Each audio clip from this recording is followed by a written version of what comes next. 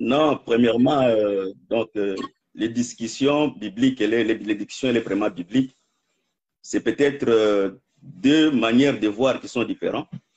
Et la vérité par les Écritures nous permettra un peu, pendant tous ces temps que la situation sur les apocalypses a tourné tout autour de la situation avec les pasteurs Jojo. Donc, le Seigneur a permis que nous puissions se réunir pour un peu apporter la lumière sur la situation. Donc, nous croyons, premièrement, ce n'est pas un homme qui sera honoré en ces lieux, c'est le Seigneur qui va triompher. Mais des fois, il y a peut-être une manière peut-être différente de l'autre de comprendre l'Écriture. Donc, nous croyons avec la facilité, si on est humble, le Seigneur nous fera grâce en fait que la situation, que nous puissions tourner, parce que nous tous nous semons sur le même champ. Donc, nous voulons que le Seigneur puisse régner, puisse éclairer. Donc, nous croyons que la lumière nous permettra de triompher. Donc, en bref, le frère Patirel m'a posé la question de dire que si ce n'est pas par motif empirique que nous avons organisé cet débat de partage. Donc, c'est comme si on peut l'organiser dans une église locale, c'est comme si on peut l'organiser dans un groupement de ministres, mais peut-être les liés par éloignement, donc l'autre se trouve aux États-Unis, l'autre est au Congo, l'autre est en France, donc ici, par-ci, par-là. Donc, l'Internet nous permet un peu de se rencontrer. Voilà pourquoi nous avons choisi ces cadres ensemble pour un peu prendre le temps de partage. Donc, je crois que le frère Patirel, comme étant modérateur, parce que vous ne l'écoutez pas, il a demandé premièrement que je puisse donner les premiers mots de circonstance et que le pasteur Jojo puisse prendre la parole pour un peu exposer sa pensée. C'est comme ça que nous allons procéder. Donc, c'est un peu ce que je peux dire à tout celui qui nous écoute, d'avoir vraiment le pensée pire, les sentiments nobles. Ce n'est pas quelqu'un qui sortira vainqueur en ces lieux. Donc, c'est ce que je peux dire pour un peu donner la parole au pasteur Jojo, comme le modérateur m'a demandé de le faire.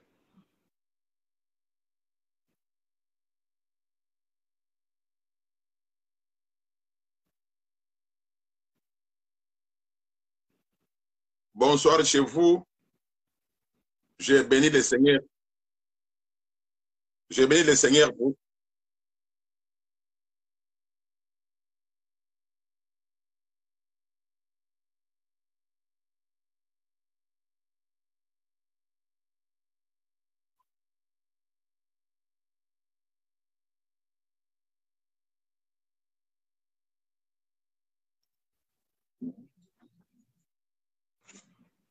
Ok, merci beaucoup pour m'avoir accordé la parole. Je bénis le Seigneur pour ce temps qu'il nous a accordé. Je profite pour dire à ceux qui sont en train de nous suivre, parce qu'il y a des gens qui sont en train de venir, je leur dis que le bien-aimé Patirel a un problème de son chez lui. Voilà pourquoi le docteur avait intervenu pour dire au peuple ce qu'il lui a dit, ce que le bien-aimé avait dit. Alors, nous sommes ici juste dans le cadre de partage par rapport au livre d'Apocalypse au chapitre 12, la femme enveloppée du soleil. Alors, il y a des divergences entre nous, les prédicateurs de la parole. C'est pourquoi alors on avait jugé bon de pouvoir faire le partage. Et je crois que, comme le docteur l'a dit, nous sommes ici non pour élever un homme, mais nous sommes ici pour élever la vérité. Alors, je vais d'abord lire une écriture dans 2 Timothée. Je suis dans 2 Timothée chapitre 3. Je suis au verset 16. Il est écrit, toute écriture est inspirée de Dieu et utile pour enseigner, pour convaincre, pour corriger, pour instruire dans la justice. Alors, je vais faire mon exposé en 2 parties. La première partie, c'est juste par rapport à ce qui est écrit. C'est ça ma première partie de l'exposé. Alors, selon ce que je viens de lire, le frère Paul nous dit toute écriture vient de Dieu, inspirée de Dieu. L'écriture est utile pour enseigner et pour convaincre. Donc, par rapport à ce que j'ai lu, l'écriture est là pour convaincre et aussi pour enseigner. Donc, quand on enseigne, on doit enseigner avec ce qui est écrit. Alors, si on enseigne avec, si quelqu'un, par exemple, vient enseigner quelque chose et que la chose qu'il enseigne n'est pas écrite dans la Bible ou soit dans les Saintes Écritures, du moins qu'on retrouve cela même dans la nature. Je sais que je ne vais pas prendre 10 minutes, je prends 2 ou 3 minutes. Alors, je vais vite maintenant pour faire ma première partie de l'exposé. Il a été enseigné que cette femme ici d'Apocalypse chapitre 12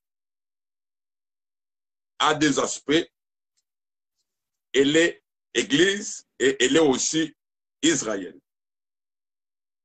Moi, je ne crois pas ça. Je crois que cette femme n'est pas Église et n'est même pas Marie comme les autres le disent. Mais je crois avec les 5 Saintes Écritures qu'elle parle d'Israël. Alors, voici ma première partie de l'exposé. Je lis Apocalypse 12. Je lis les versets 1er jusqu'au 2e. Un grand signe parut dans le ciel. Une femme enveloppée du soleil, la lune sous ses pieds et une couronne de 12 étoiles sur la tête.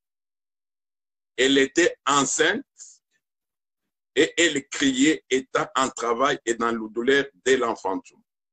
Donc, par rapport à ce que je viens de lire, il est d'abord dit que la femme était enceinte. Elle criait, étant en travail et dans les douleurs de l'enfantement. Donc, je retiens d'abord ça. D'abord, c'est écrit comme ça. Donc, on doit d'abord respecter ce qui est écrit. Maintenant, je saute, je vais au verset 5. Je suis dans Apocalypse chapitre 12, verset 5. On dit ceci. Elle enfanta un fils. Donc, la femme qui était enceinte. Au verset 2, on dit elle enfanta un fils qui doit paître toutes les nations avec une verge de fer. Et son enfant fit enlever vers Dieu et vers son trône. Donc, au verset 5, la femme qui était enceinte. Au verset 2, au verset 5, on nous dit elle a donné naissance à un enfant mâle. Je saute, je vais maintenant au verset 13.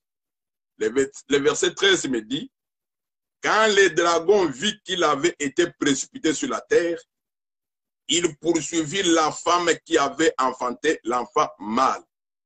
Donc le verset 13 confirme le verset 5 et le verset 5 confirme le verset 2. Le verset 2 dit, la femme était enceinte. Verset 5 nous dit, la femme donna naissance à un fils, à un enfant mâle. Le verset 13 dit, la même femme qui enfanta est poursuivie par les dragons.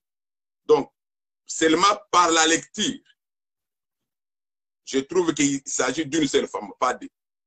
C'est la lecture d'abord. Voilà pourquoi j'ai dit, ma première partie de l'exposé, c'est d'abord ce qui est écrit. Alors, je m'arrête d'abord là-bas. Si le docteur pourra me contredire, ou soit pourra ajouter quelque chose, je lui donne la parole. Que le Seigneur soit glorifié. Donc, je crois que la prophétie, c'est quelque chose de très complexe.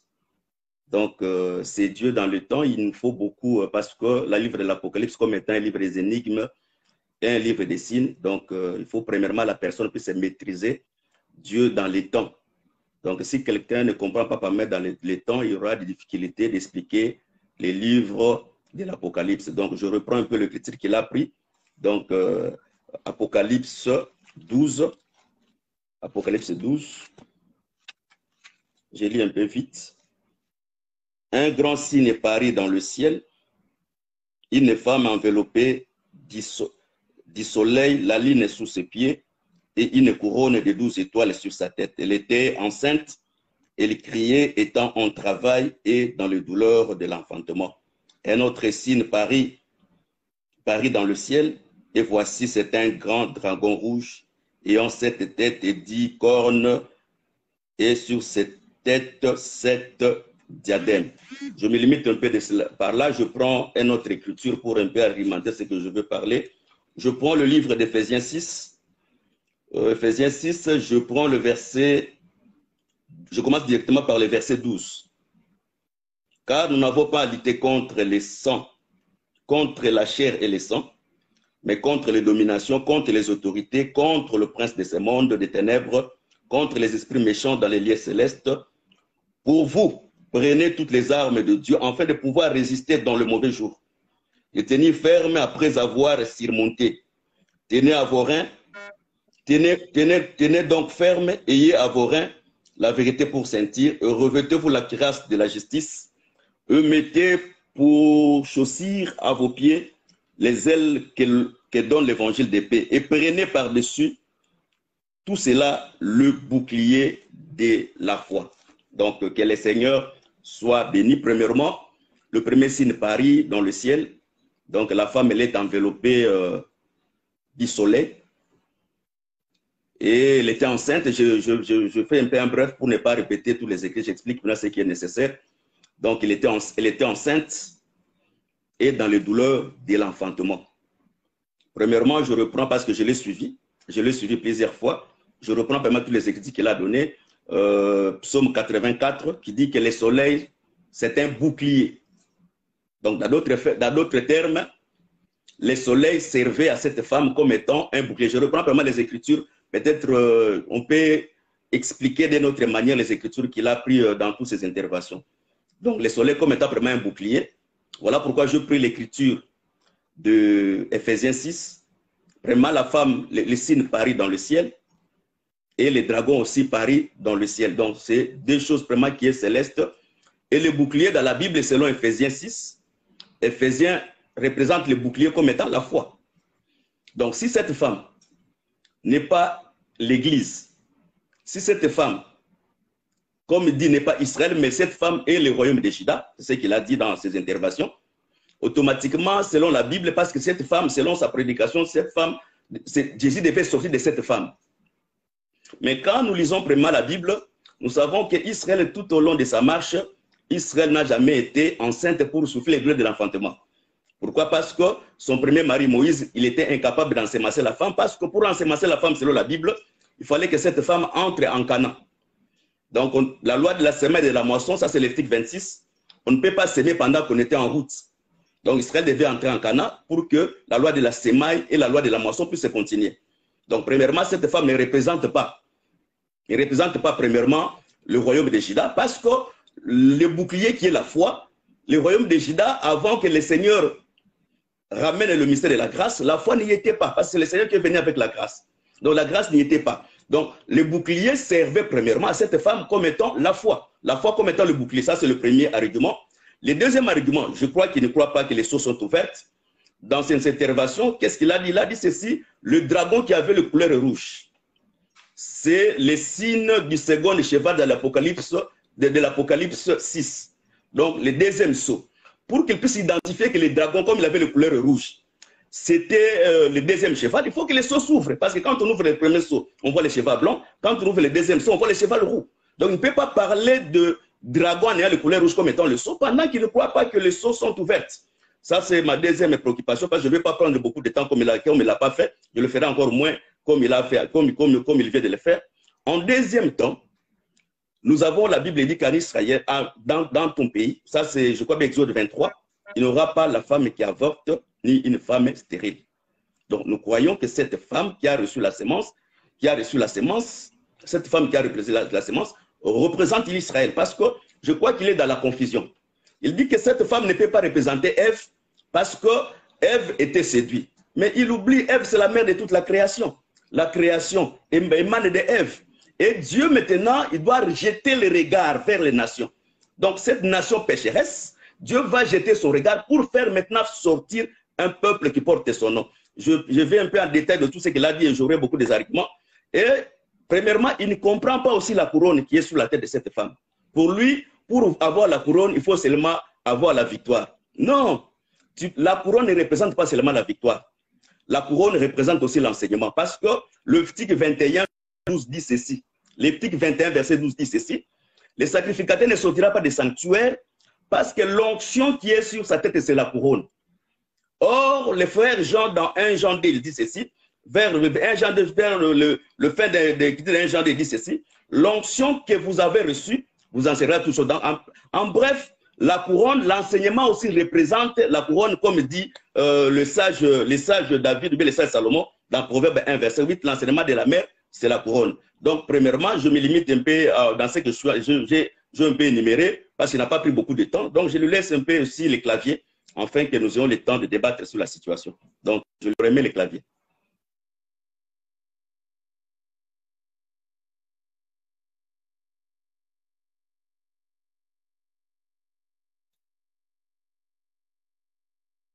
Non, mais les gens écoutent bien. Non, j'utilise la connexion de la maison. Non, moi, je me vois bien ici, je ne sais pas. Même le pasteur Jojo, moi, attends un peu, je regarde un peu la connexion. Non, j'utilise la connexion de la maison. La connexion, elle est bonne.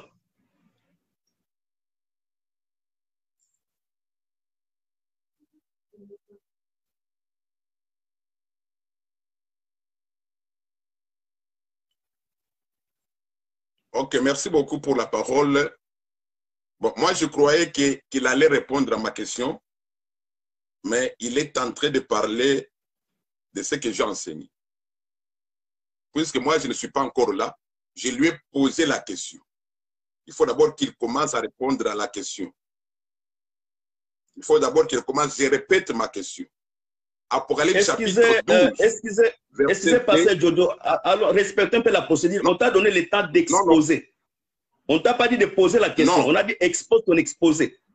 C'est là où il y a. Donc, tu exposes ton exposé.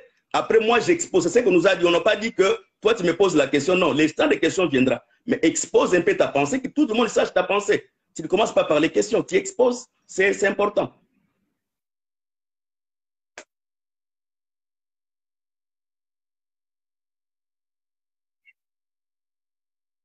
OK.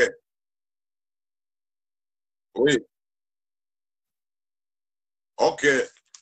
Ma confession, il faut d'abord, j'ai dit ceci, il faut d'abord respecter ce qui est écrit. Quand on ne respecte pas d'abord ce qui est écrit, tout ce qu'on va faire, c'est du chimère. Il est d'abord écrit qu'il s'agit d'une femme qui est enceinte. Je suis dans Apocalypse chapitre 12, verset 1 à 2. La femme est enceinte. La même femme enceinte au verset 5, on la vit mettre au monde. Et au verset 13, l'écriture dit, les dragons poursuivirent la femme qui a donné naissance. Donc, il s'agit d'une femme, pas deux. Alors, quand on dit c'est l'Église et après c'est Israël, c'est là où j'ai dit que c'est faux. Là, c'est du chimère. Alors, voici mon exposé. D'abord, il s'agit d'un signe. Il s'agit d'un signe. Un signe, c'est un langage codé. Un signe a été toujours un langage codé, une image. Dans les Saintes Écritures, quand le Seigneur parlait au peuple d'Israël, il utilisait des images, il utilisait des signes, des symboles. C'est un signe céleste. Et Jean n'a pas vu seulement les signes de la femme. Il a vu aussi les signes du dragon. Voilà pourquoi on ne peut pas parler de la femme sans parler du dragon. On ne peut pas les dissocier. Ce sont des signes qu'il a vus dans les cieux. Alors, je vais parler d'abord du premier signe. Et je crois qu'il s'agit d'une seule femme. Selon d'abord ce qui est écrit. Je vais expliquer le premier signe. Je vais lire Daniel chapitre 7. Non, je lis d'abord Ésaïe plutôt. Ésaïe chapitre 7. Je m'excuse, je vais un peu connecter mon laptop, sinon ça se décharge.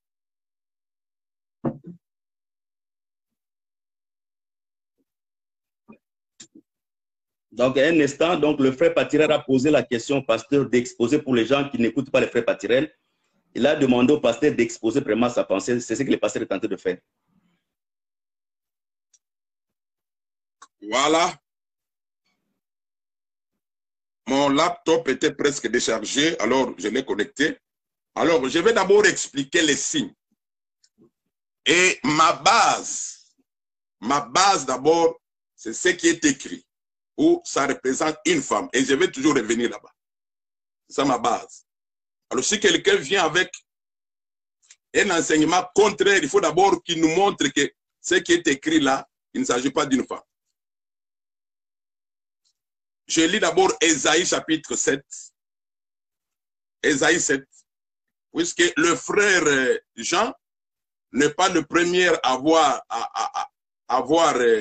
ces signes-là célestes. Il y a aussi d'autres prophètes qui ont vu ça. Je suis dans Ésaïe chapitre 7. Ceux qui nous suivent, ils peuvent lire avec moi. Je commence par le verset 1er. Il arriva du temps d'Akaz, fils de Jotam, fils d'Ozias, roi de Juda, qu'Hérétien, roi de Syrie, monta avec Pékash, fils de Ramalia, roi d'Israël, contre Jérusalem, pour l'assiéger, mais il ne put l'assiéger. On veut dire à la maison de David, les Syriens sont campés en Éphraïm. Et le cœur d'Akaz et le cœur de son peuple furent agités comme des arbres de la forêt sont agités par le vent. Alors l'Éternel dit à Ésaïe, va à la rencontre d'Akaz, toi et Jachab, ton fils vers l'extrémité de la Kédique, de l'étang supérieur sur la route du champ du Foulon, et dis-lui, sois tranquille, ne crains rien, que ton cœur ne s'alarme pas devant ce début de tissons fumants, devant la colère des Lyciens et de la Syrie et du fils de Remalia, de ce que la Syrie médite du mal contre toi, de ce qu'Ephraïm et les fils de Remalia disent, montons contre Juda, assiégeons la ville, et battons-la en brèche, et proclamons aussi pour roi les fils de Tabaël. Ainsi par le Seigneur l'Éternel, cela n'arrivera pas, cela n'aura pas lieu. Car Damas est la tête de la Syrie, Hérétien est la tête de Damas, encore 65 ans, Ephraïm ne sera plus un peuple. La Samarie est la tête d'Ephraïm, et le fils de Ramalia est la tête de la Samarie. Si vous ne croyez pas, vous ne subsisterez pas. L'Éternel parla de nouveau à Akaz et lui dit, demande en ta faveur un signe. L'Éternel, ton Dieu, demande-le soit dans les lieux bas, soit dans les lieux élevés. Akaz répondit, je ne demanderai rien. Je ne tenterai pas l'Éternel. Ésaïe dit alors, écoutez donc, maison de David, est-ce trop peu pour vous, est-ce trop peu pour vous délasser la patience des hommes, que vous lassiez encore celle de mon Dieu. C'est pourquoi le Seigneur lui-même vous donnera un signe. Voici la jeune vierge deviendra enceinte, elle enfantera un fils et elle lui donnera le nom d'Emmanuel. Je m'arrête là. Alors, je suis en train de dire ceci. Le royaume de Juda était attaqué par son propre frère, les Samaritains et les Syriens. Ils voulaient détruire Juda, les remplacer par un autre royaume. Le Seigneur va dire à Akaza que demande un signe en ta faveur. Donc ce signe-là, c'était un signe pour montrer à Akaza que leur complot n'arrivera pas. Alors, c'est l'Éternel lui-même qui va lui donner les signes. Il va lui donner les signes d'une vierge qui va concevoir. Et d'abord, l'Éternel lui dit, demande un signe qui vient soit d'en haut ou soit d'en bas.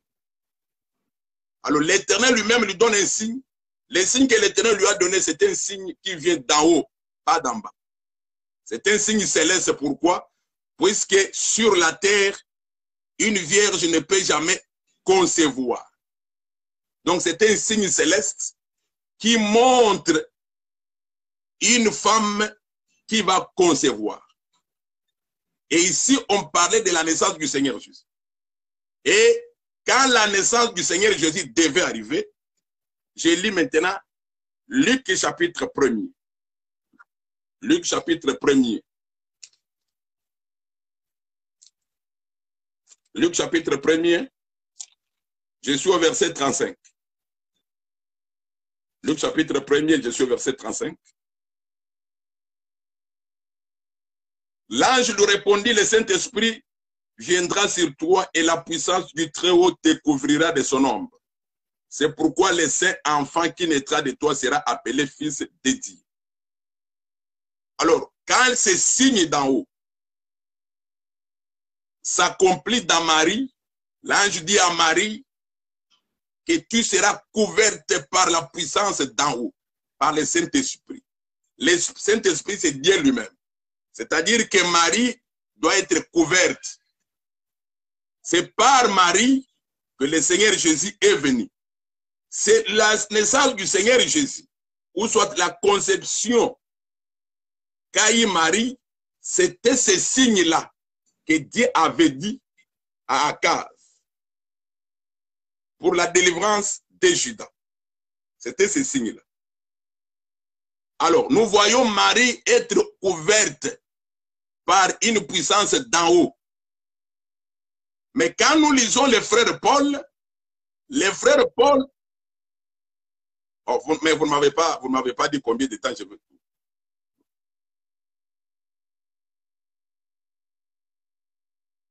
Voilà. Je vais alors. Voilà. Voilà. Alors, quand les frères Paul parlent de la naissance du Seigneur Jésus, il ne touche pas Marie. Il parle, il dit ceci. Il dit ceci dans Romains. Il dit ceci dans Romains 9. Il dit ceci. Je commence par le verset 3. Car je voudrais moi-même être anathème et séparé de Christ pour mes frères, mes parents selon la chair, qui sont israélites, à qui appartiennent l'adoption et la gloire, et les alliances et la loi et l'équite, et les promesses et les patriarches, et de qui est ici, selon la chair, le Christ. Donc, le frère Paul, la naissance du Seigneur Jésus, il l'attribue non à Marie, mais il l'attribue au royaume de Juda, puisque c'est par là que le Seigneur Jésus.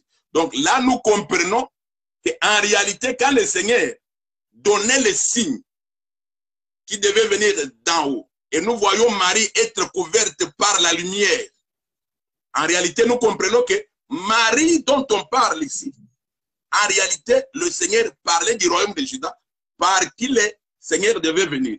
Puisque ce signe, c'est un signe de délivrance de Juda. Je m'arrête là.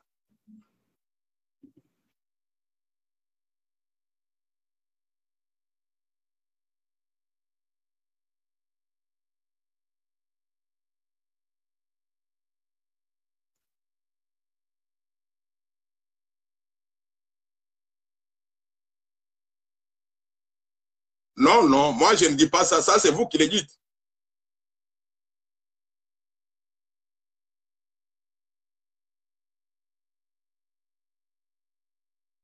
Dans les frères patriarches demandent la question si la femme de l'Apocalypse dit pour les pasteurs de Dieu, ni Israël, ni Église, ni Marie. Donc c'est ça la question des frères patriarches. Je l'ai répété à maintes reprises. J'ai dit que cette femme parle d'Israël. Je l'ai dit à maintes reprises. Non.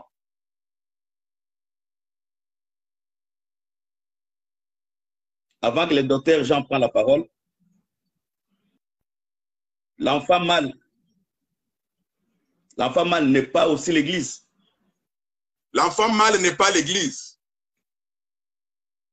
Si vous voulez poser des questions, posez. Posez des questions. L'enfant mâle n'est pas l'Église. L'enfant mâle, c'est le Seigneur Jésus lui-même. L'enfant mâle, pour le pasteur, c'est Jésus. Oh, ouais, c'est le Seigneur lui-même. c'est le docteur Jean maintenant qui va prendre la parole. Donc, je reprends pour les gens qui nous écoutent, je reprends tout ce que les frères Patiré posent comme question. Tout comme le pasteur Jodo peut reprendre toutes les questions que les frères Patiré sont en train de nous poser. Donc, il me dit que le docteur Jean, tu peux maintenant exposer. C'est que les frères Patiré me demandent. Premièrement, je regrette de la manque de constance du pasteur Jojo dans ses exposés et la manière qu'il est tenté de tordre les Écritures. Je reprends un peu tout ce qu'il a dit dans un bref minute. Il dit que cette femme n'est pas Marie, mais il donne l'écriture d'Ésaïe. Il dit encore cette femme n'est pas Israël, mais il prend l'écriture de Romains 9 qui dit qu'à Israël appartient l'adoption, les lois, le culte. Quand la Bible dit qu'en Israël, donc c'est-à-dire il dit qu'il attribue Jésus. Écoutez, je vais vous dire une chose. Je répète ce qu'il a dit. Non, qu'il ne m'interrompt pas. Non, il y aura des je vais vous dire une chose. Et répétez ce que j'ai dit. Laisse-moi parler. Même si je parle le contraire, tu auras le temps. Tu auras le temps, pasteur. Je ne t'ai pas interrompu. Ne m'interromps pas, s'il te plaît. Tu auras le temps de répliquer. Nous avons le temps. Parce que là, tu me prends déjà le temps. Donc, premièrement, le pasteur Jojo, si ce que je vais dire, c'est contre ce qu'il a dit, donc les gens nous écoutent. Il dit que cette femme n'est pas Marie. Mais il prend l'écriture de Romains 9 pour attribuer à Jésus, donc comme Israël, Paul dit, moi, Israël selon la chair, c'est-à-dire Jésus est né en Israël selon la chair. Il prend cette écriture, mais il refuse que cette femme n'est pas Israël. Mais il dit que cette femme, c'est le royaume de Juda.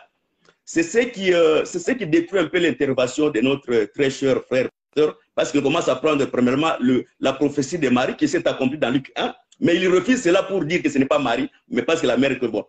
Dans ce que nous allons expliquer, en fait, qu'il puisse comprendre, je crois qu'il a un problème de compréhension des Écritures, de la compréhension de la prophétie.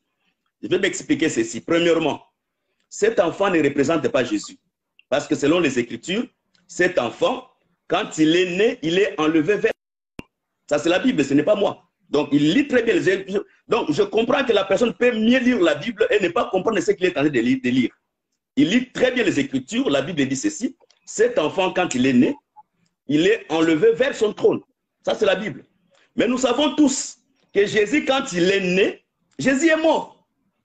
Jésus est mort. Jésus est mort. Ça, c'est même 1 Corinthiens 1. Si les chefs de ce siècle, les rois de ce siècle pouvaient savoir qu'est-ce que Dieu a caché, ils ne pouvaient pas crucifier les rois de gloire. Premièrement, Jésus est mort selon la chair. Les Romains l'ont tué. Ça, c'est la Bible. Ça, c'est même acte 4. Jésus est mort parce que les nations se sont liguées pour la mort de Jésus. Donc, Jésus est mort avant d'être enlevé vers son trône. Mais l'Église, ce que le pasteur Jojo ne comprend pas. Premièrement, quelle est la mission que Dieu a donnée à Éphésiens 4? Éphésiens 4, verset 9 jusqu'au verset, je crois, 13. Premièrement, pour le perfectionnement des saints, afin que les gens deviennent des hommes faits. Donc, c'est-à-dire, l'Église, premièrement, c'est un homme fait, et l'Église doit atteindre la stature parfaite de Christ. C'est que le pasteur Jojo ne comprend pas premièrement. Deuxièmement, l'Église, selon ses promesses pour l'enlèvement, l'Église ne veut pas mourir comme Jésus est mort sur la terre. L'Église, une fois l'Église naît, et une fois l'Église sera enlevée, et la promesse, la prophétie, il faut savoir les ingrédients de la prophétie. Même si l'Église, lors de l'enlèvement, ne sera pas assise sur le trône, mais dans les temps qui viennent, dans les temps du renouvellement de toutes choses, ça c'est Matthieu 19 qui ne comprend même pas. Jésus dit ceci, l'apôtre Pierre pose la question à Jésus, il dit, nous avons abandonné nos familles, nous avons abandonné nos enfants, qu'est-ce que nous allons gagner? Jésus lui répond ceci, lors du renouvellement de toutes choses, vous serez assis sur les 12 trônes pour juger les 12 tribus d'Israël. Vous serez assis, il dit aussi, c'est lui aussi qui quittera son père, sa mère. Et je prends cette écriture, j'associe avec 1 Corinthiens 6. Qu'est-ce dit 1 Corinthiens 6? Il dit, oui,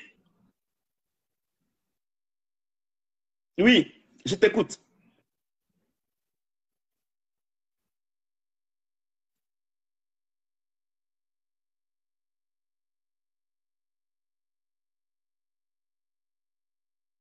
Non, je peux, ben, s'il va dans la moquerie, je vais quand même, je serai armé, ça sera sérieux. Donc, je ne vais pas aller dans les choses qui sont les moindres. Donc, nous voulons, il y a des gens qui cherchent à chercher l'édification.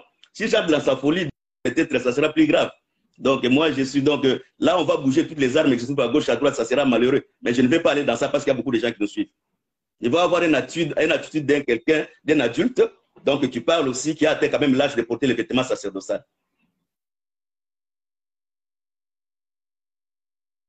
Donc, dans d'autres termes, l'Église ne verra pas la mort. Bien qu'il y aura une partie des gens, l'Église les appelle, ils sont pas, ils dorment, et ils reviendront, en fait, ils ne seront enlevés. Mais Jésus qu'il dit que c'est Jésus, selon son analyse, les dragons qui suivaient Jésus est mort. Les Romains ont tué Jésus, parce que si les dragons, parce que les Romains représentent aussi, parmi les 7 cornes, représentent aussi une corne dans les cornes que les dragons portent. Les Romains ont tué Jésus. Mais les dragons ne tueront pas l'Église. Parce que l'Église, Dieu va abréger les jours des Élis à cause des Élis. Parce que les Élis ne seront pas séduits. Voilà pourquoi l'Église passera dans l'enlèvement sans pourtant mourir. Mais Jésus, dans la chair, Jésus est mort. Donc sa prophétie, quand tu dis que l'enfant qui est né, il est allé vers le trône, c'est Jésus. Donc c'est déjà la prophétie parce que Jésus comme étant un enfant, parce qu'il y a une différence. Ça c'est Isaïe. Un enfant nous est né, un fils nous est donné. Un enfant nous est né, c'est Jésus qui est né dans la chair en Israël et Jésus est mort selon la chair. Mais un fils nous est donné, c'est Jésus par la résurrection. Là, il est dans l'église. Ça, c'est la Bible. Donc, je lui laisse un peu le temps parce qu'il bougeait un peu, il souriait. Bon, je lui laisse un peu le temps de s'expliquer parce que c'est là comment on va avancer. Mais moi, je trouve qu'il a la manque de la constance. Tout ce qu'il a prêché tout au long de son exposé, c'est là maintenant qu'il commence à se récapituler. Mais je crois que donc, les Seigneurs, les Écritures vont triompher. Donc, avançons.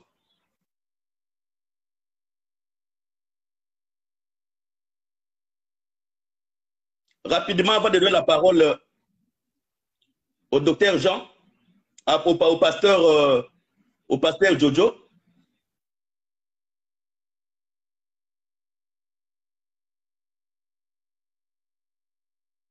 Au pasteur Jojo.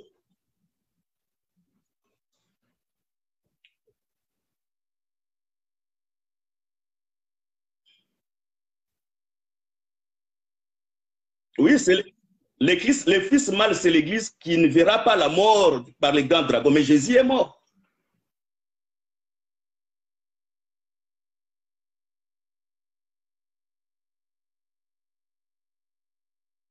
La femme, je me base sur les textes parce que là, il y a beaucoup de textes, même Romains 8 qui dit que la création tout entière, je sais que la création tout entière souffle des doigts de l'enfantement. Il dit non seulement la création, mais nous aussi les prémices de l'esprit. Le prémisse de l'esprit, c'est l'Église qui souffre aussi des douleurs de l'enfantement. Parce que quand il dit que la femme, c'est le royaume de Juda, non, le royaume de Juda n'a jamais, comme le royaume de Juda, selon la pensée de Dieu, n'est pas entré en Canaan, il n'a pas la sémence, donc il n'a jamais conçu. Donc là, c'est l'Église parce que Dieu a jeté le regard vers les nations. Parmi les nations, il va sortir l'épouse. Donc l'épouse sera identique à la stature parfaite de l'homme. L'Église aussi, c'est le fils premier-né de Dieu qui doit aller dans l'enlèvement.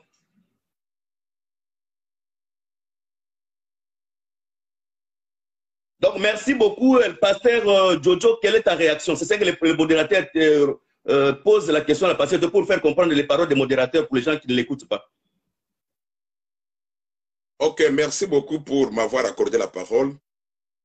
Mais je regrette beaucoup que le bien-aimé Paturel a donné beaucoup de temps au docteur et je demande aussi qu'il me donne beaucoup de temps. Non, non, moi je n'ai pas pris beaucoup de temps. Peut-être que tu as pris beaucoup de temps que moi. Je suis en train aussi de regretter. Je suis en train aussi de regretter que le son du modérateur est off. A un problème. Je regrette beaucoup, puisqu'il y a des gens qui écrivent. Je voudrais vous dire que notre modérateur a un problème de son. Alors, je voudrais dire ceci. Docteur Jean, vous savez, il y a un élément très important qui n'est pas prêché dans nos assemblées. C'est la division d'abord d'Israël. C'est la division d'Israël. Vous le savez, mais je vous demande de prêcher aussi ça. Puisque quand on n'arrive pas à comprendre la division d'Israël, la prophétie aussi, on va mal la prêcher. Israël est scindé en deux, Juda de l'autre côté. Le Seigneur Jésus est né dans les royaumes de Juda. Et les royaumes de Juda, tous les Juifs, ce sont des Israélites. Mais tous les Israélites ne sont pas des Juifs. Voilà pourquoi j'ai dit ceci. Quand le frère Paul parle de la naissance du Seigneur Jésus, il l'attribue au royaume de Juda, soit à Israël, puisque le royaume de Juda, c'est Israël. Je répète ça. Et j'ai vu même des gens commenter ici. Je répète que cette femme, il s'agit d'Israël. Je peux même dire royaume de Juda, c'est la même chose. Puisque le royaume de Juda, c'est Israël. Ça, c'est un. De deux, moi, je ne peux pas comprendre, à moins que vous me donnez une autre lumière, quand vous dites que la femme, c'est l'Église et le fils, c'est l'Église. Je me demande comment l'Église peut enfanter l'Église. C'est ça ce qui a été toujours prêché. En tout cas, je m'excuse pour avoir souri, puisque depuis que j'ai parlé de ça, quand je me souviens de cet enseignement, la femme enfante, l'Église enfante l'Église, donc ça me fait rire beaucoup. Partout, même il y a des gens qui me posent des questions, de quoi tu ris? Alors, voilà pourquoi j'étais en train de rire, je m'excuse pour cela. Alors, j'ai dit ceci. La femme, c'est Israël. C'est Israël qui a enfanté le Seigneur Jésus quant à la chair. Et vous allez remarquer d'ailleurs, dans le contexte du chapitre, on dit, quand la femme était enceinte, les dragons attendaient de dévorer l'enfant qui était dans le ventre de la femme. C'est après que la femme ait enfanté que le dragon a commencé à suivre la femme. Il faut d'abord respecter ce qui est écrit. Dans l'enlèvement de l'Église, l'Église ne sera jamais enlevée comme fils. L'Église est enlevée comme épouse. Puisque l'enlèvement, c'est la rencontre entre l'époux et l'épouse. Nous sommes fils de Dieu. Nous sommes le peuple de Dieu, mais nous devons respecter les mots utilisés par nos aînés dans la foi.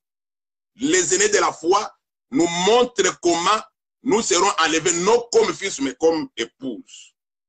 Et puis le fils là qui est enlevé, au verset 5, on dit qu'il va vers son trône. L'Église n'a jamais eu son trône. L'Église va s'asseoir sur le trône du Seigneur. C'est ça ce qui est écrit. À celui qui vaincra, je vais le faire asseoir sur mon trône. C'est ça ce qui est écrit dans Apocalypse chapitre 2. Donc, tous les vainqueurs vont s'asseoir sur le trône du Seigneur. Alors, le fils mâle qui est né de la femme, c'est le Seigneur Jésus. Ce n'est pas l'Église. On ne peut pas enseigner au peuple dire, la femme c'est l'Église et le fils qui est enfanté c'est l'Église en l'enlèvement. Je ne sais pas, it doesn't make sense. It doesn't make sense. Ça n'a pas de sens. Alors, j'ai dit ceci. La femme, d'abord, c'était un signe depuis Ésaïe. Ce signe, c'est un signe de délivrance pour le royaume de Juda. Et c'est ça ce qui va arriver dans la suite des temps. Voilà pourquoi le Seigneur, quand il est né en Israël, ce signe, c'était pour délivrer le royaume d'Israël. Mais le Seigneur ne l'a pas fait, puisque Dieu avait un plan de nous sauver aussi. Oh, le modérateur, il est parti. Voilà. Alors, je disais ceci. Le plan de Dieu était que nous soyons sauvés. Le Seigneur est parti, il n'a pas délivré Israël. Et Israël sera délivré. Voilà pourquoi il va montrer à Jean le même signe-là d'une femme enveloppée de la lumière. Ce que je vous ai montré dans Ésaïe, chapitre 7. La même femme-là, il montre le même signe. Et maintenant, il montre les signes du dragon. Pourquoi il montre les signes du dragon? Puisqu'il y aura combat. De la même manière que dans Ésaïe 7, il y a eu les frères de Judas, c'est-à-dire Ephraïm, qu'on appelle les Samaritains. Puisqu'on parle d'Ephraïm dans la Bible, on voit les Samaritains. Les Samaritains, avec les étrangers qui voulaient exterminer Judas. C'est ça ce qui arrivera. Voilà pourquoi on présente les dragons. Et quand on présente les dragons ici, vous voyez les dragons, on les présente avec 10 cornes bien-aimés. Mais même quand vous dites qu'on ne connaît pas la prophétie, mais ça c'est simple à comprendre. Pourquoi on présente les dragons avec 10 cornes? Mais ça nous ramène dans Daniel chapitre 7. Le 4e royaume qui va venir viendra avec les 10 rois. Ce sont les 10 rois d'Apocalypse chapitre 17 qui vont travailler avec la bête pour matraquer le peuple de Dieu. Voilà pourquoi on montre ces signes-là. Et vous allez comprendre que dans la grande tribulation, selon Luc, je vais lire ça pour vous, Luc chapitre 21. Luc 21. Luc chapitre 21. Le Seigneur a déjà prévu ceci au peuple de Dieu. Luc 21. Le Seigneur dit ceci, ce qui arrivera pendant la grande tribulation. Je suis dans Luc chapitre 21. Je vais lire le verset 16. Vous serez livrés même par vos parents, par vos frères, par vos proches et par vos amis, et ils feront mourir plusieurs d'entre vous. Donc c'est ça ce qui arrivera au royaume de Juda, ou soit aux 144 000, pendant la grande tribulation. Il y aura des enfants de Jacob qui vont être avec la bête, selon Zacharie 13, les incrédules, les idolâtres. Ce sont ces gens-là qui vont se liguer avec la bête pour attaquer ceux qui vont refuser la bête. Voilà pourquoi le Seigneur avait déjà prophétisé ça dans Ésaïe chapitre 7. Et il a montré les signes de délivrance. Ces signes-là d'une femme enceinte, c'est un signe que le Seigneur donne à Israël pour montrer à Israël comment il va être délivré. Le Seigneur n'est pas né chez les nations, mais le Seigneur est né en Israël. Et puis vous allez remarquer, la naissance du Seigneur Jésus ne concerne pas les nations. Ce qui nous concerne, nous, c'est sa mort. Puisque dans sa naissance, nous, on n'était pas là. Mais nous sommes entrés dans les choses de Dieu. C'est dans sa mort. C'est dans sa naissance. Quand vous lisez Matthieu 1, il vient pour Israël. Voilà pourquoi, quand on parle même des choses là, d'Apocalypse chapitre 12, verset 5, on parle seulement de la naissance et de l'enlèvement. On ne parle même pas de la mort là-bas. Puisqu'on ne peut pas être enlevé sans passer par la mort. Mais là, on parle seulement de la naissance et de l'enlèvement. J'ajoute un autre élément pour terminer, pour un peu prendre un peu d'eau. L'élément que je vais ajouter, c'est celui-ci. Je l'ai déjà dit et je le répète. Je l'ai déjà dit et je le répète. L'élément que j'ajoute, c'est celui-ci. Je lis Ésaïe chapitre 66.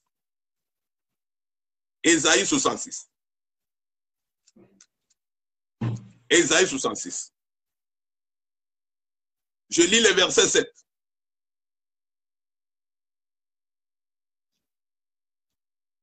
Avant d'éprouver les douleurs, elle a enfanté. Avant que les souffrances lui vinssent, elle a donné naissance à un fils. Qui a jamais entendu pareille chose? Qui a jamais vu rien de semblable? Un pays peut-il naître en un jour? Une nation est-elle enfantée d'un seul coup? À peine en travail, Sion a enfanté ses fils. Vous voyez, c'est cette femme-là, la femme qui est en travail. L'écriture est claire qu'il y a une femme qui a enfanté avant les douleurs. Elle a enfanté un enfant mâle. C'est la femme qui a enfanté l'enfant mâle avant que les douleurs lui arrivent. C'est Israël, c'est Juda qui a donné naissance au Seigneur avant les douleurs. Voilà pourquoi quand vous lisez Apocalypse 12, vous allez remarquer que cette femme est poursuivie par les dragons après la naissance du fils. Je m'arrête là.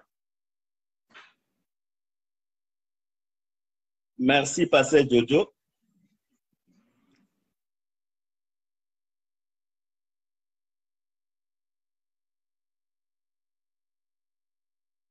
Que le docteur Nongo réagit par rapport aux réactions de Pasteur Jojo. Donc, il a réagi, il a fait comprendre que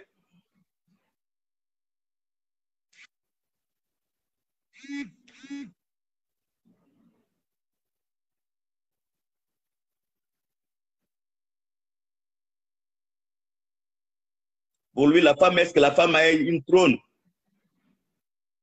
Donc, premièrement, c'est ce que je déplore toujours, la manque de constance et la manque de stabilité prophétique. Donc, le pasteur Jojo doit faire les efforts de ne pas beaucoup lire Google.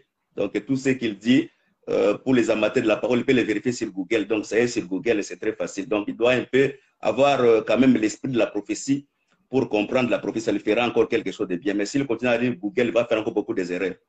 Qu'est-ce que je veux dire par là? Je vais dire ceci. Premièrement, prenons la femme. Moi, jusque-là, je l'explique. J'ai dit que l'enfant était né. L'enfant qui est né, c'est l'enfant qui est enlevé vers son trône.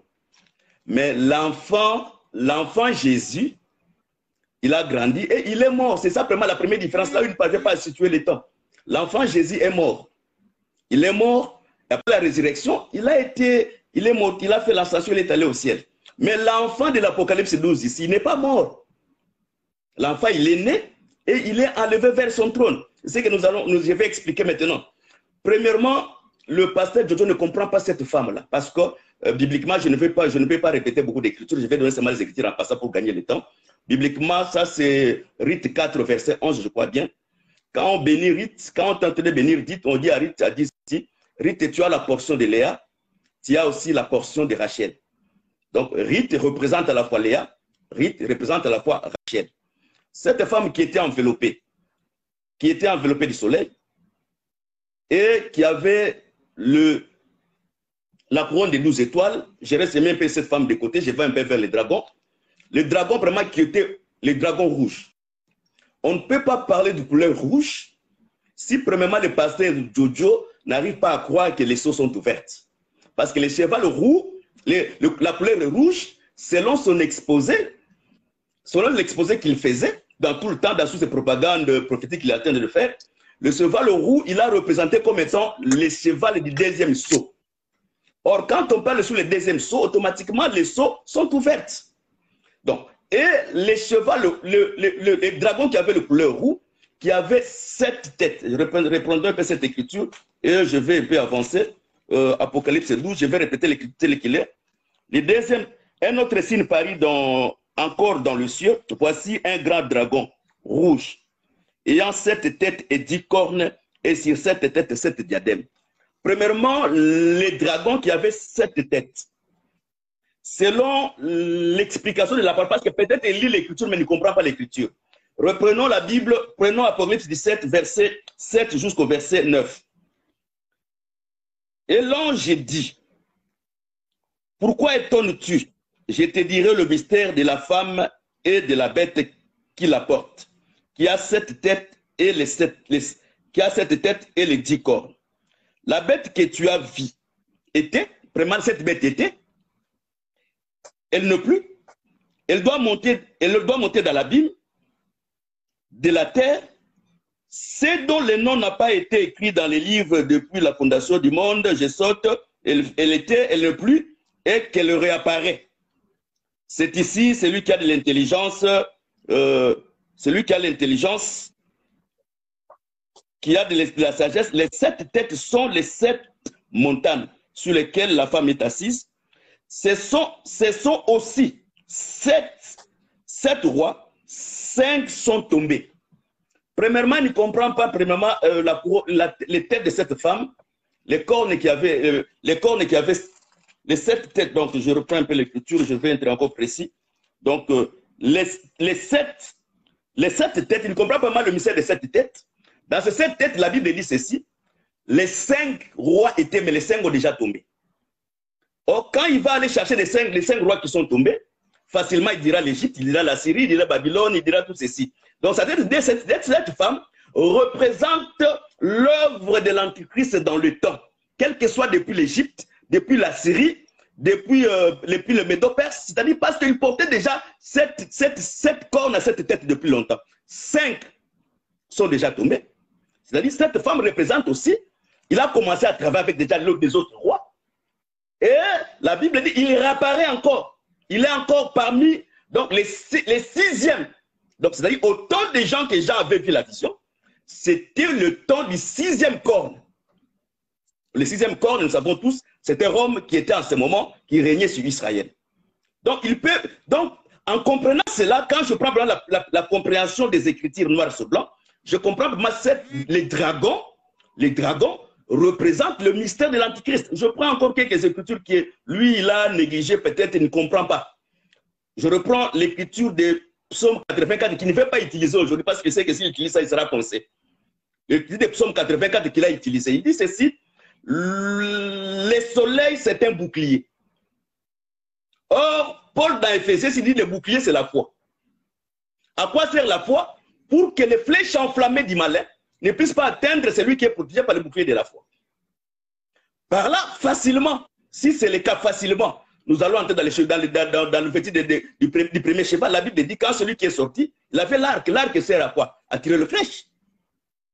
Donc, il est sorti avec l'arc, il tire le flèche. Mais aujourd'hui, le bouclier de la foi, cela nous empêche de nous atteindre. Il doit comprendre premièrement, cette femme représente le mystère dans l'Église, dans l'Antichrist et dans le temps.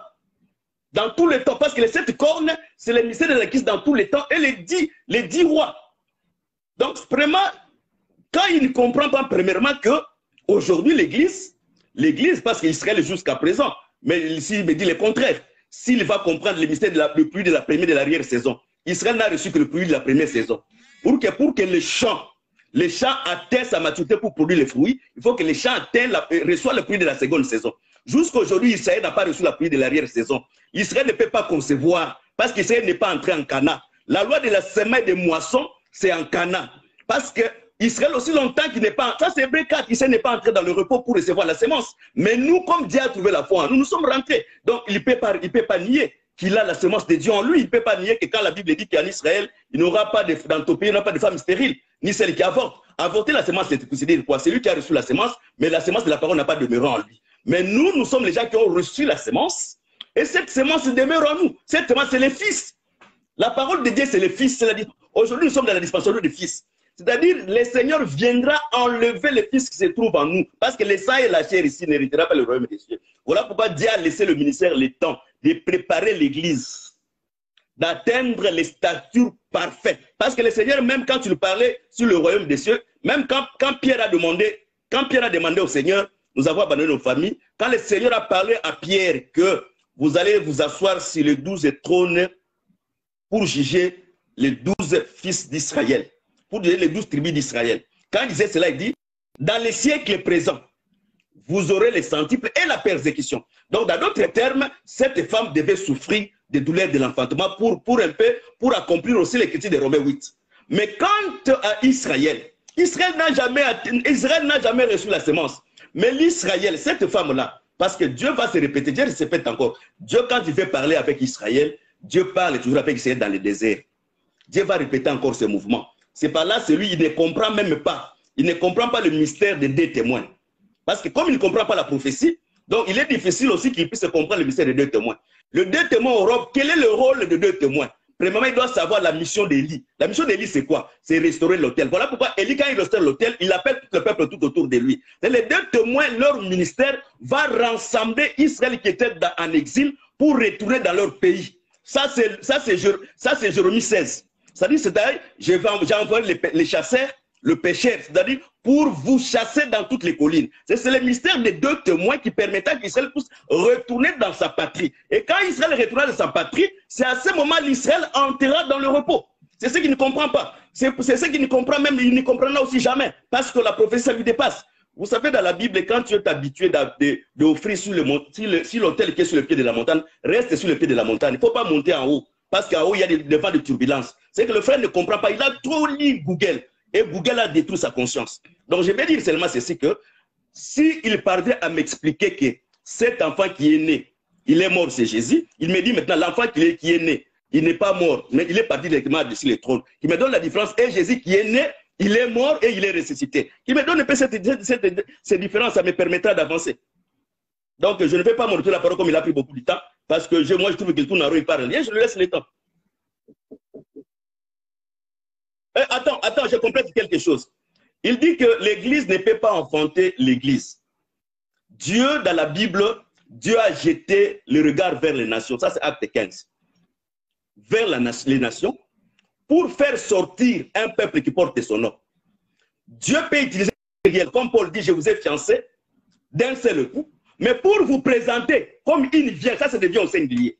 C'est-à-dire Dieu peut prendre beaucoup de gens et faire sortir, parce que la sagesse est parmi les parfaits, pour faire sortir un peuple qui porte son nom, qui est semblable à celui qui a atteint, comme dit Éphésiens, la stature parfaite de l'homme. C'est-à-dire l'Église sera égale à l'homme, parce que tel qu'il est, tel que nous serons. Ça, c'est la Bible. Aujourd'hui, ça c'est 2 Corinthiens 3, nous regardons au travers d'un miroir, afin de se transformer, d'être égal à Christ. C'est ce qu'il ne comprend pas. Je termine ici pour donner, je prends une autre écriture. Que dit Moïse dans Exode 4, verset 22? Il dit Israël, mon premier-né. C'est-à-dire Israël, c'est le premier-né. Mais il appelle mon fils. Mais l'Église aussi, ça c'est Hébreux 12. L'Église aussi, c'est le premier-né. L'Église comme étant le premier-né, il est aussi le fils premier-né de Dieu. C'est ce que le frère ne comprend pas. Donc, le Dieu nous a, donc je lui remets un peu la parole.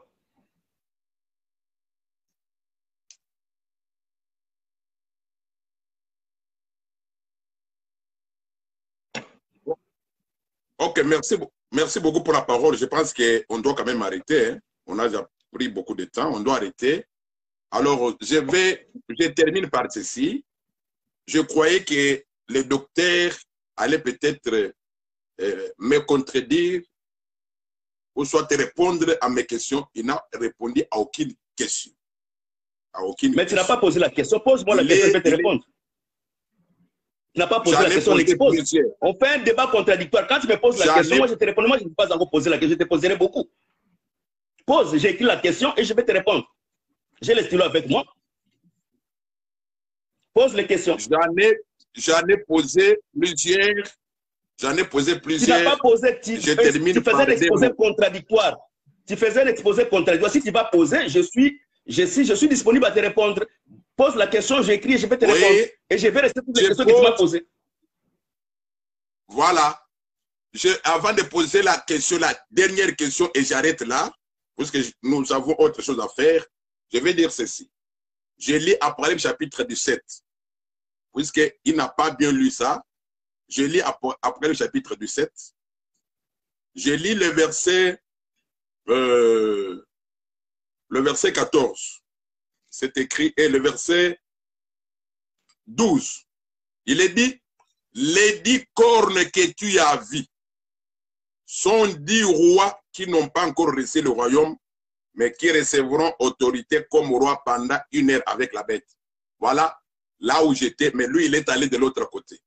Voilà pourquoi j'ai dit que lui, il n'est même pas dans le sujet, il parle de beaucoup de choses à la fois. Alors, voilà maintenant ma question. Voilà, oui. Voilà ma question. Et avant de poser la question, je vais répondre aussi à un bien-aimé. Le bien-aimé qui est en Afrique du Sud, il chante. Josan, j'ai oublié son nom, il chante très bien là. Il pose la question, il dit non, il dit que non, la femme n'a pas eu de douleur après l'enfantement. Mais c'est écrit, Ésaïe 66, verset 7 à 8. La femme, la Bible dit que qui a déjà vu cette chose, et là enfanté sans les douleurs. Les douleurs viennent après. D'abord, c'est pourquoi je dis qu'il faut d'abord respecter ce qui est écrit. Quand on ne respecte pas, là, il y aura du chimère dedans. C'est de la philosophie. C'est écrit comme ça. Voilà pourquoi ici, dans le chapitre 12, oui, je vais donner. Je vais poser la question. Verset 12 a dit, après le 12 plutôt dit, nous fait voir la femme qui était enceinte et qui a donné naissance à un fils. Ce n'est qu'après, au verset 13, on dit, elle est poursuivie par les dragons. C'est après la naissance. Alors, ma question, je la répète. Et s'il y a des gens qui nous suivent, je veux qu'ils les répondent. Et je veux, pas seulement lui, tout ministre, tout enfant de Dieu, qu'il réponde à cette question. Je vais lire. Apocalypse 12. même vous, tout le monde. Apocalypse 12, verset 2. Elle était enceinte. Elle criait, était en travail dans les douleurs de l'enfantement. Ça, c'est verset 2. Elle était enceinte. Verset 5. Elle enfanta un fils. Là, c'est verset 5.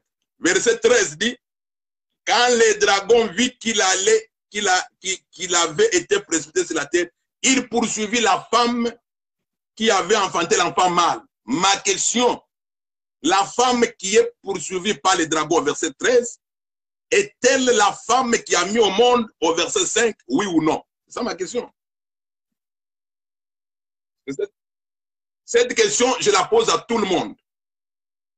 Non, on débat nous deux. Tu ne peux pas aller pour les gens qui sont en dehors du débat. On est nous deux. Donc, au débat, nous dépose la question, je vais te répondre. Non, non, même quelqu'un d'autre pourra me répondre. Tu ne peux pas poser aux gens qui sont invisibles que tu ne vois pas. Parce qu'on est à deux. Débattons nous deux. Moi, je n'ai pas besoin des gens qui puissent. On est à deux. Tu ne peux pas poser des questions aux gens qui ne sont pas dans le débat. Tu es perdu ou comment?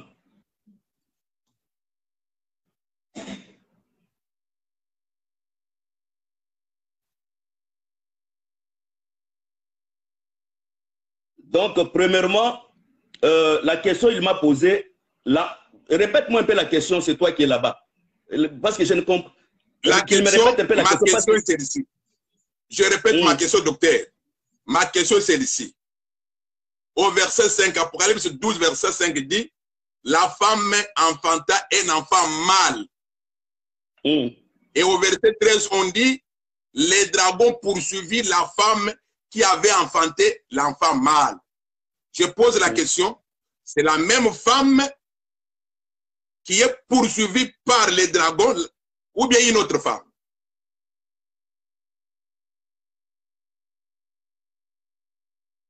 Oui, la question elle est claire. Je lui ai dit, je lui ai donné l'écriture de, je lui ai donné au début l'écriture de Rite 4, verset 11.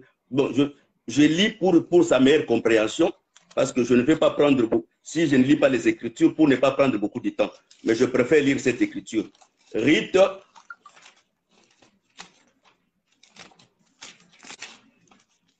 4,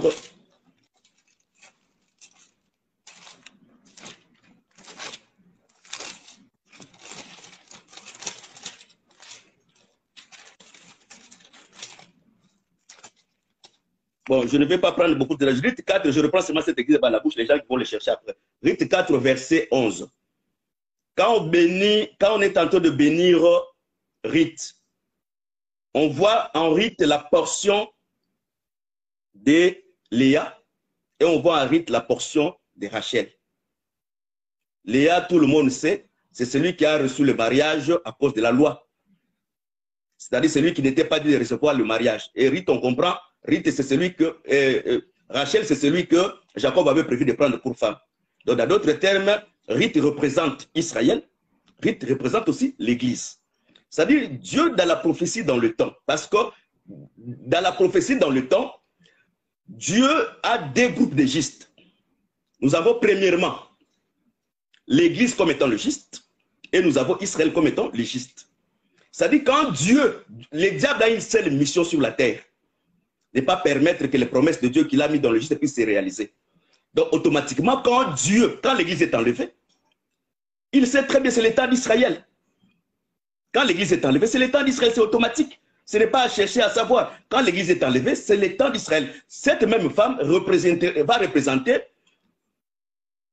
l'Église dans une portion pendant le temps de l'Église, et cette même femme représentera aussi Israël par rapport au mouvement. Parce que, je lui ai dit, ça c'est la livre de Osée, quand Dieu veut parler à Israël, Dieu parle toujours avec Israël dans le désert. Dieu va répéter encore ce mouvement. Dieu va attirer encore Israël dans le désert pour parler à son cœur.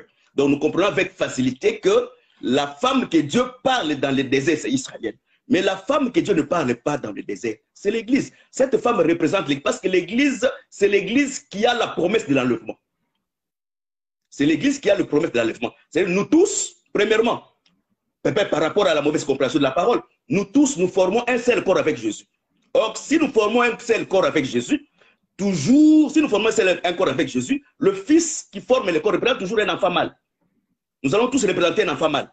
Donc, l'enfant qui sera enlevé, c'est l'Église, parce que c'est l'Église, mais c'est lui qui est poursuivi dans le désert. Parce que nous croyons que nous et Israël, nous sommes le même peuple.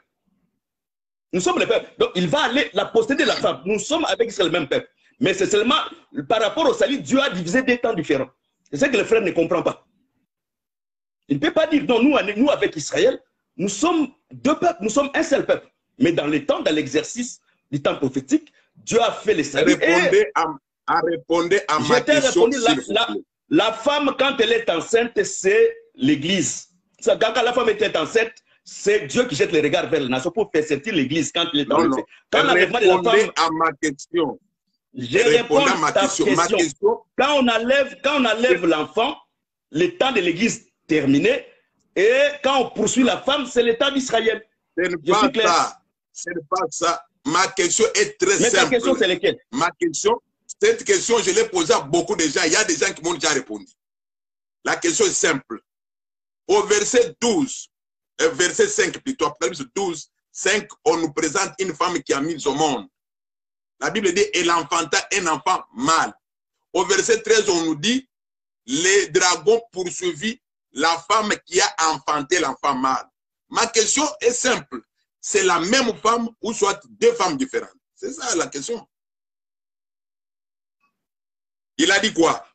Mais il a bouché, il ne fait pas écouter ou bien comment? Non, non, répondez.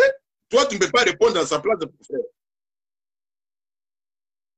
Non, non, qu'il réponde, qu'il me dise c'est une seule femme ou des femmes. Il a démontré des femmes. Quand tu vas dans Riche, c'est ça, démontrer des femmes. Bon, il a dit que ce sont des femmes différentes. Pasteur Jojo, réponds-moi, comme tu es dans les questions, réponds-moi un peu la question. Réponds-moi cette question. Réponds-moi deux questions, je te pose même 3-4 questions. Réponds-moi aussi. Réponds-moi la première question. Les dragons rouges, les couleurs rouges, c'est quoi pour toi? Ça, c'est ma première question.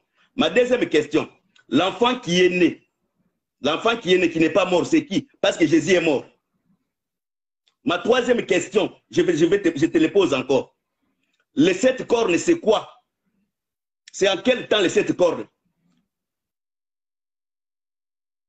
Et ma dernière question, si cette femme, c'est le royaume de Juda, c'est comme ça ta prédication, cette femme, c'est le royaume de Juda, qui a enfanté Jésus.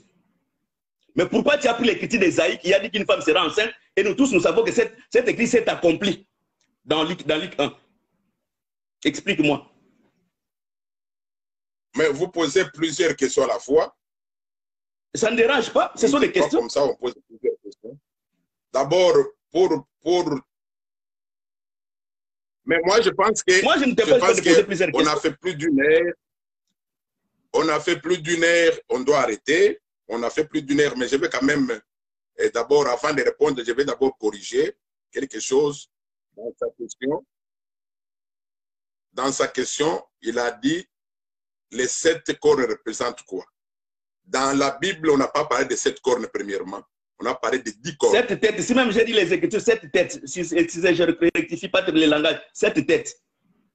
Ah, mais les 7 têtes, mais vous en avez parlé, c'est écrit, ce sont les royaumes, les 7 royaumes. Vous en avez déjà parlé. Pourquoi vous posez la question? Bon, maintenant, les 5, ils sont où? Les 5, ils sont où? Hein? Mais c'est écrit que c'est déjà tombé, c'est écrit. Est-ce que ça c'est un problème? Bon, ils sont tombés pendant que les dragons faisaient son travail ou bien les dragons ne plus. Bon, les problèmes d'abord c'était la femme. Tu ne peux pas répondre parce que tu ne maîtrises pas la prophétie. On va de l'autre côté. Le problème c'était la femme. Merci beaucoup puisque vous avez dit que la femme qui est poursuivie par le serpent est différente de la femme qui a enfanté l'enfant mâle. Gloire au Seigneur, je note ça. Alors, je préférerais, ça je l'ai dit en public, je préférerais qu'un autre prédicateur vienne pour qu'on puisse débattre sur le même sujet. Moi, je m'arrête là.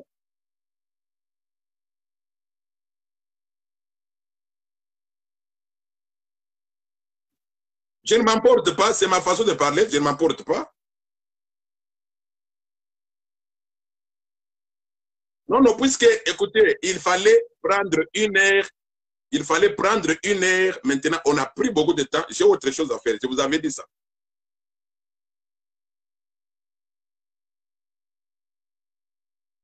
On a fait plus d'1 heure. On a fait plus d'1 heure. Donc, On a le pasteur commencé. Jojo demande qu'on arrête un peu les débats parce qu'on a fait plus d'1 heure. Je sais que le modérateur est en train de discuter avec le pasteur Jojo. Donc, de comprendre, on est les débats, mais le pasteur Jojo, il dit qu'il a autre à faire. Donc, le débat était pour 1 heure, donc il a d'autres choses à faire. Oui, on a commencé à 12h20 heure d'ici, 18h20 chez vous. Maintenant, il est 13h44, plus d'1 heure.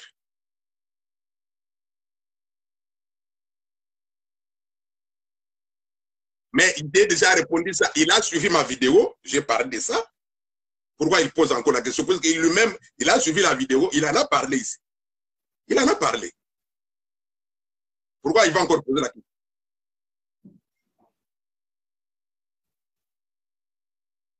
Mais il n'a même pas, lui, il ne parle même pas de la femme. Il n'a même pas parlé de la femme. Il parle d'autre chose. Il parle d'autre chose. Il refuse même ce qui est écrit. Je crois que lire Google a détruit notre précieux pasteur. Donc, il doit revoir encore les lunettes prophétiques et ça va l'aider. Donc, pour avoir un peu le temps, pour comprendre la prophétie de Dieu dans les temps. Voilà pourquoi je lui ai demandé où sont les 5 rois. Il dit les 5 rois sont tombés. Mais les 5 rois sont tombés comment? Les 5 rois ont agi comment? Si ce n'est pas cet dragon qui a agi aussi au temps de ces rois-là. De tous les rois, depuis l'Égypte, Assyrie, Babylone, Médo-Perse, c'est le même dragon. C'est le même dragon qui a commencé. Donc, c'est-à-dire la femme. La femme représente Dieu dans le temps. Dans le temps. Dans le temps. Donc, ça, c'est l'antéchrist dans le temps. L'antéchrist dans le temps. J'ai autre chose à faire. Si vous avez un autre prédicateur. Nous tous, on a affaire, pasteur Jojo. Donc, on a donné le temps pour Dieu. Donc, si ce n'est pas pour Dieu, on a beaucoup à faire. Mais bon, ça va. Bon, vous avez notre prédicateur. Les débats, à la prochaine. Donc, mais je te conseille d'offrir sur l'hôtel. Il me montre comment l'Église qui est sur le bas des montagnes. Donc, merci, cher orateur, comme dit le frère Patriel.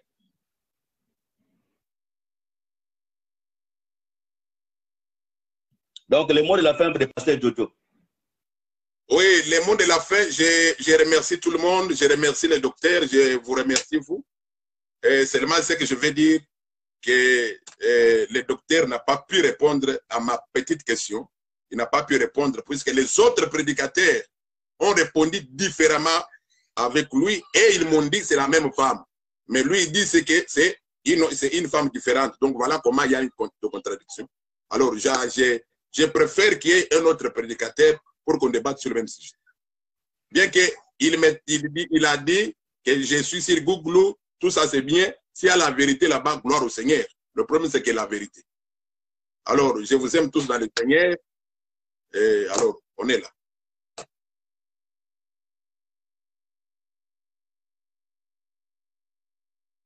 Sur le même sujet, oui, il me montre sur le même sujet. C'est le même sujet. Mais cette fois-là, vous allez lui dire de ne pas être comme les docteurs, d'être dans Apocalypse 12.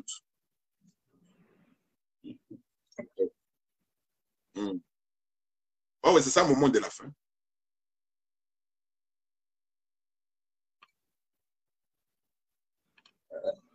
Les mots de la fin, je sais que je conseille au pasteur Jojo de cesser un peu de parler de l'Apocalypse parce qu'il ne maîtrise pas, il ne maîtrise aucun iota de l'Apocalypse. Donc, il est en train de faire une très grande confusion et cela, ça peut jouer aussi à la fois de plusieurs personnes pour faire un naufrage. Mais nous croyons que les solides fondements de Christ restent toujours debout avec sa parole qui sert d'un sceau. C'est-à-dire, il ne maîtrise absolument rien. Cet enfant ne serait jamais Jésus. Parce que Jésus est mort et Jésus est ressuscité. Jésus, il est allé dans son trône après sa mort. Mais l'enfant qui est né, l'enfant n'est pas mort, il a été levé vers son trône. C'est que je lui conseillerais d'arrêter un peu de consulter Google, de prendre le temps de lire beaucoup la Bible. Ça lui permettra d'avoir un peu les yeux clairs. Que le Seigneur bénisse tous les gens qui nous ont suivis, qui nous supportent. Donc, c'est ça. Donc, on ne peut pas avoir dans le même champ plusieurs semences. Donc, c'est ce que je peux dire. Je les salue aussi parce qu'il a donné son temps, en fait, que nous soyons ensemble. Oui, que le Seigneur lui soit favorable. C'est mon mot de la fin. Donc, les motés, nous sommes arrivés à la fin. Je répète les paroles des frères Patirel.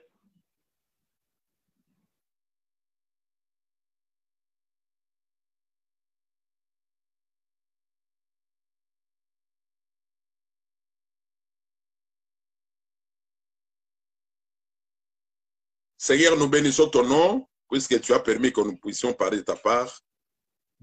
C'est toi qui connais comment éclairer ton peuple. Éclaire-nous au nom du Seigneur Jésus. Amen.